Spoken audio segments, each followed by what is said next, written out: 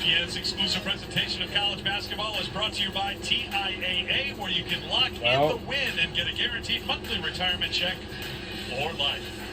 Back here at Newman Arena, Ivy Madness on Cornell University for the first time in the playoffs history. Be sure to check out Ernie, Kenny, Chuck, and Shaq. They'll get going inside the NBA before the Nuggets and the Lakers. Then they'll be back post-game to break it all down. How do you break this all down, Christy Thomas-Scuddy? Harvard has outscored Princeton 25-16 in the second half. Because Carly White got going for Harvard. 10 points here in the second half. She has been active defensively, still to score. When shot clocks got skinny or her team needed a bucket, she created. But I'll go back to this for her. She has got 3 steals. She's got 2 assists, both coming in the second half to lead to high percentage looks by her teammates. Carly White's been really good, the All-Ivy selection here, especially in the second half when her team needed her. When it comes to team numbers, the turnover numbers jump out. Remember all those turnovers that Harvard had at the start of the game? They had 12 at halftime.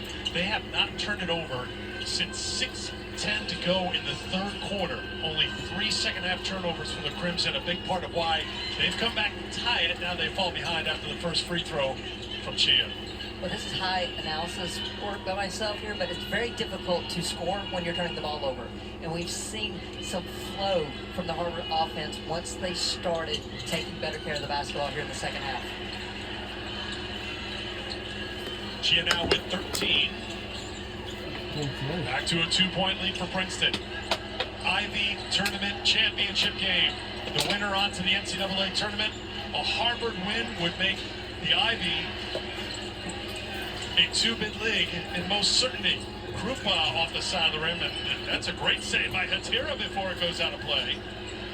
Just a lot more bounce to the step for Harvard here in this second half than what we saw in the first half.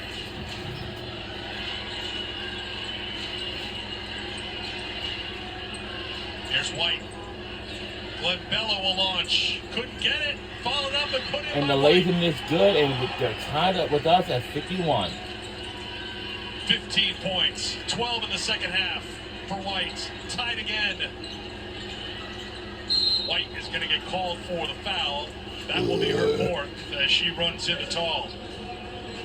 She knew it too. She was just a half a second late from being able to shoot that gap and get the steal. Carly White has 4 fouls, but she got to be very careful because one more foul from her, she will be fouled out of this game. But she knows immediately that her teammate is in the right spot to get that offensive rebound put back. So she'll stay on the floor with the 4, and you can understand why, because Absolutely. she has scored 10 points here in the fourth quarter.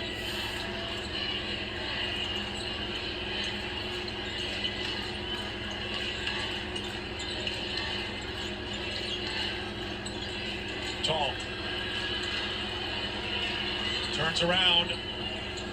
Hutcherson working against And White the for 2. laziness is good, and we jump back in the lead. Hutcherson, nothing White can do there with the 4 fouls. Oh. Glenn Bello to Krupa. Krupa the turn. The great help by St. Rose defensively. Princeton comes up with a stop. Where that is because of Tall's off-ball pressure. The ball couldn't go right into her, so it had to come in from the wing. St. Rose gets the assist to Hutcherson. Timeout called by Princeton. They're on top by 4 with 3:04 to go. We'll step aside for 30 seconds. Back to Cornell. We'll be right back on the other side. Okay, go facility.